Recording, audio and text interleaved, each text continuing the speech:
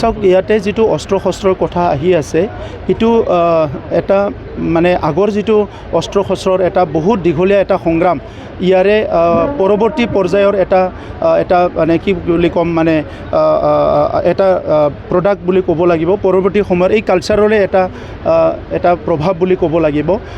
গান কালচাৰ সেইকাৰণে আমি বিচাৰিছিলোঁ যে ইলিগেল ৱেপনটো শেষ হ'ব লাগে আৰু ভাইলেন্সটো শেষ হ'ব লাগে কাৰণ দীৰ্ঘদিন সময় ভাইলেন্স কৰি থাকিলে এটা জেনেৰেশ্যন বা এটা এনেকুৱা গ্ৰুপ ওলাই যাব যিয়ে নেকি ভাইলেন্সক ভাল পায় বহুত সময় অস্ত্ৰ ধৰি থাকিলে এটা গ্ৰুপ এনেকুৱা ওলাই যাব যোনে নেকি অস্ত্ৰ নহ'লে থাকিব নোৱাৰে ইয়াৰ কাৰণে আমি আগতে বিচাৰিছিলোঁ যে অস্ত্ৰমুক্ত হ'ব লাগে আৰু কেন্দ্ৰীয় চৰকাৰে এই কথাটো শুনি আৰু আমাৰ মুখ্যমন্ত্ৰী ডক্টৰ হিমন্ত বিশ্ব শৰ্মা ডাঙৰীয়া দায়িত্ব লোৱাৰ পিছত এই বিষয়বিলাক খুব গভীৰভাৱে ভাবি পেলাই আজি অসমত অকল বড়োসকলৰ নহয় আৰু বিভিন্ন দল সংগঠন বিভিন্ন জনগোষ্ঠীৰ পৰা যিসকলে অস্ত্ৰ শস্ত্ৰ লৈছিলে সকলোকে মূল খুঁটিলৈ আনি এই সমস্যাবিলাক সমাধান কৰিছে বড়োলেণ্ড অঞ্চলত আমাৰ আগৰ পৰাই শংকা আছিলে তাত বেআইনী অস্ত্ৰ ক'ৰবাত আছে আৰু আজি অসম পুলিচে খুব মানে চিনচিয়াৰভাৱে এই কামটো কৰি আছে আৰু অস্ত্ৰ ৰিকভাৰ কৰি আছে আৰু মই ভাবোঁ তেনেকুৱা গোটেই বেআইনী অস্ত্ৰখিনি ৰিকভাৰ কৰিব পাৰিলে আমাৰ অঞ্চলত স্থায়ী শান্তি আহিব আৰু আজি স্বাধীনতা দিৱসত মই ক'বলৈ পাই সুখী হৈছোঁ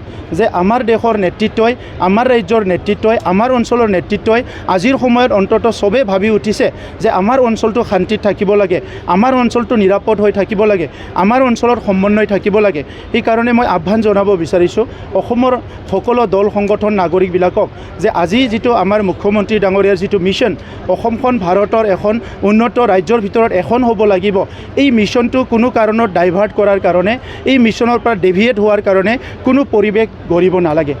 ৰাজ্যখনত দেশখনত লিডাৰ আহি আৰু যায় স্বাধীনতাৰ পিছত বহুত লিডাৰ আহিছে নেতা আহিছে বহুত নেতা গৈছে কিছুমান নেতাই বহুত কাম কৰি গৈছে কিছুমান নেতাই বহুত কাম কৰিব পৰা নাই কিন্তু আজি বহুত আমি সৌভাগ্য মই আজি স্বাধীনতাৰ ৭৭ বছৰত ক'ব বিচাৰিছোঁ প্ৰধানমন্ত্ৰী নৰেন্দ্ৰ মোদী ডাঙৰীয়া আজি ভাৰতবৰ্ষখন যিটো লেভেলত লৈ গৈ আছে এইটো আমি সকলো আজি চাব লাগিব কাৰণ তেখেতে 11 নম্বৰৰ পৰা 5 নম্বৰলৈকে আমাৰ ইকনমিটো আনিছে এতিয়া 3 নম্বৰলৈ নিয়াৰ কাৰণে চেষ্টা কৰি আছে এইটো মাত্ৰ নহয় আজি কৃষকৰ পৰা লৈ আমাৰ শাৰীৰিকভাৱে অক্ষমসকলৰ পৰা লৈ পেলাই বিভিন্ন শ্ৰেণীৰ লোকৰ কাৰণে খুব ভাল ভাল আঁচনি আনি পেলাই ভাৰতবৰ্ষখন এতিয়া এটা বেলেগ ৰূপত সজাবলৈ চেষ্টা কৰিছে অসমৰ মুখ্যমন্ত্ৰী ডাঙৰীয়াই টাউনে চহৰৰ পৰা আদি কৰি গ্ৰাম্য অঞ্চলতো বহুতখিনি কাম আৰম্ভ কৰিছে ইনফ্ৰাষ্ট্ৰাকচাৰ আজি নিৰ্মাণ কৰিছে যি ইনফ্ৰাষ্ট্ৰাকচাৰবিলাকে অহা 50-100 বছৰত অসমখন বহুত আগলৈ লৈ যাব সেই ইনফ্ৰাষ্ট্ৰাকচাৰবিলাকে খেল জগতখনত শিক্ষাৰ জগতখনত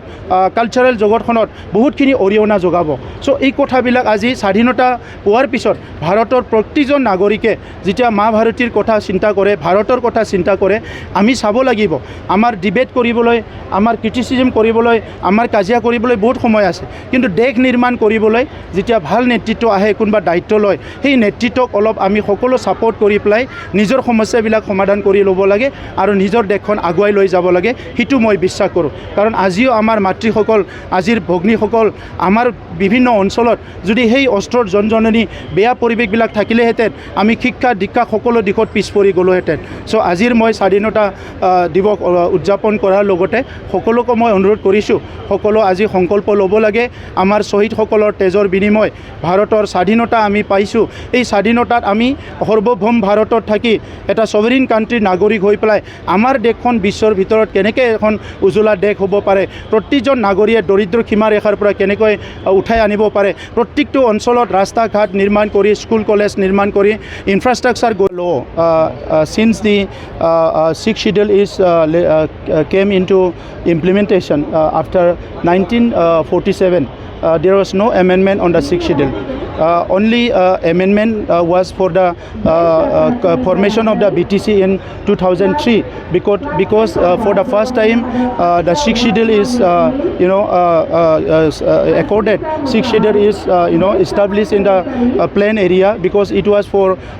only hills area of Assam so first time BTC in 2003 came after amendment but the core clauses the core issues were there where we need unit amendment so for that the 10th 6th schedule council were demanding they were engaging in talk and discussion with central government for amendment of the the 6th schedule of the constitutions for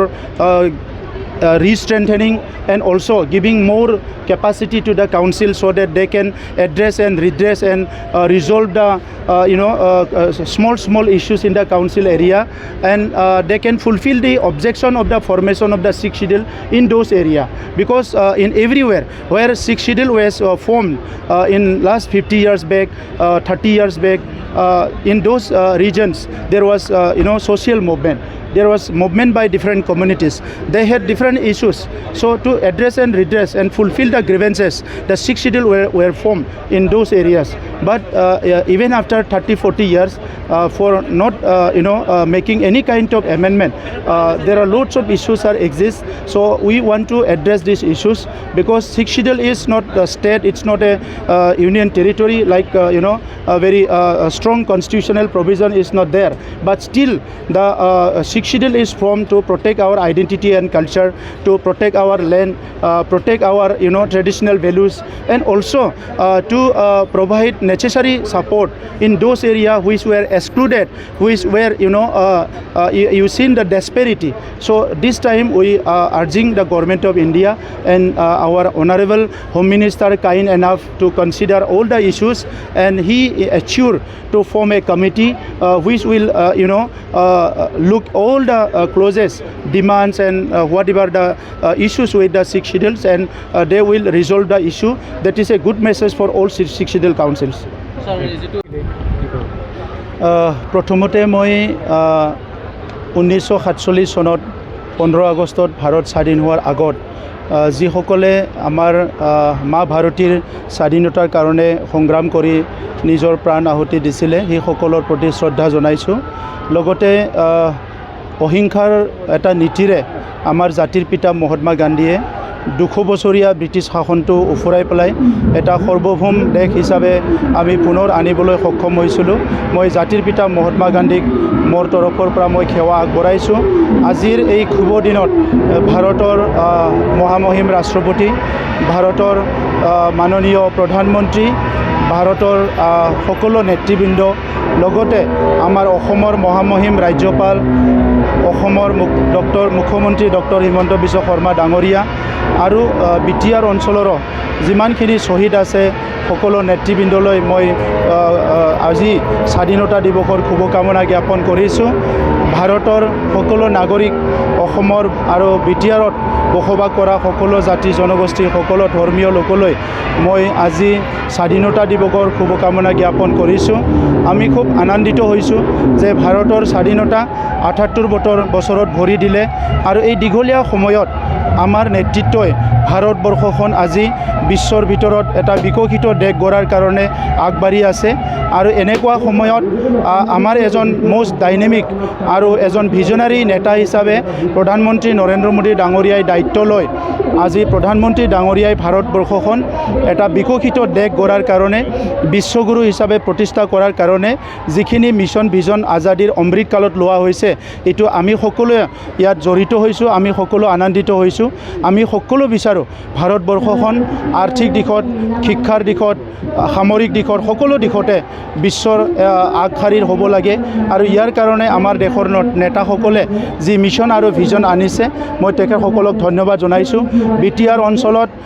স্বাধীনতাৰ বহুত সময় আমি এটা অস্থিৰতাৰ মাজেৰে আহিছোঁ, কিন্তু লাহে লাহে আহি আজি বিটিআৰ অঞ্চলতো শান্তি আহিছে। আৰু শান্তি ঘূৰাই অহাৰ লগে লগে আমাৰ ভাৰতবৰ্ষৰ নেতৃত্ব, অসমৰ নেতৃত্ব আৰু বিটিআৰ অঞ্চলৰ ৰাইজৰ আশা আকাংক্ষা লৈ পেলাই আমাৰ চৰকাৰখনে আমি কাম কৰি আছোঁ। আৰু আমি বিচাৰিছোঁ যে বিটিআৰ অঞ্চলত আমাৰ প্ৰধানমন্ত্ৰী নৰেন্দ্ৰ মোদী ডাঙৰীয়াৰ বিকশিত ভাৰতত যাতে আমিও সজত সজ মিলাই আগবাঢ়ি যাব পাৰোঁ। ইয়াৰ কাৰণে আজি স্বাধীনতা দিৱসত বিটিআৰ অঞ্চলৰ সকলো ৰাইজৰ লগতে ময়ো সংকল্পবদ্ধ হৈছোঁ। আমাৰ তিৰংগাৰ ওচৰত আহি, আমাৰ জাতীয় পতাকাৰ ওচৰত আহি আমি সকলো আজি পুনৰ সংকল্প লৈছোঁ যে বিকশিত ভাৰত গঢ়াৰ কাৰণে শান্তিৰ ভাৰত গঢ়াৰ কাৰণে নিৰাপত্তাৰ ভাৰত গঢ়াৰ কাৰণে আৰু বিটিআৰ অঞ্চলতো শান্তি সম্প্ৰীতি নিৰাপত্তা সমন্বয় অটুট ৰাখি সকলো দিশত আগুৱাই যোৱাৰ কাৰণে আমি সকলো আজি সংকল্পিত হৈছোঁ। গতিকে অশেষ ধন্যবাদ জনাইছোঁ। 2021 চনত আমাৰ বহুত বছৰৰ পৰা যি নিজৰ ষ্টেটাছ হেৰাই পেলোৱা ৰায়মানা নেশ্যনেল পাৰ্কটো মুখ্যমন্ত্ৰী ডাঙৰীয়াই 5 জুনত ঘোষণা কৰিছিলে। আজি ৰায়মানা নেশ্যনেল পাৰ্ক আমাৰ বহুত ভাল হৈ উঠিছে। ইয়াত পৰ্যটক অহা আৰম্ভ হৈছে। চ' বহুত ভাল এটা পৰিৱেশ। পুনৰ আজি 391 কিলোমিটাৰ বৰ্গ কিলোমিটাৰৰ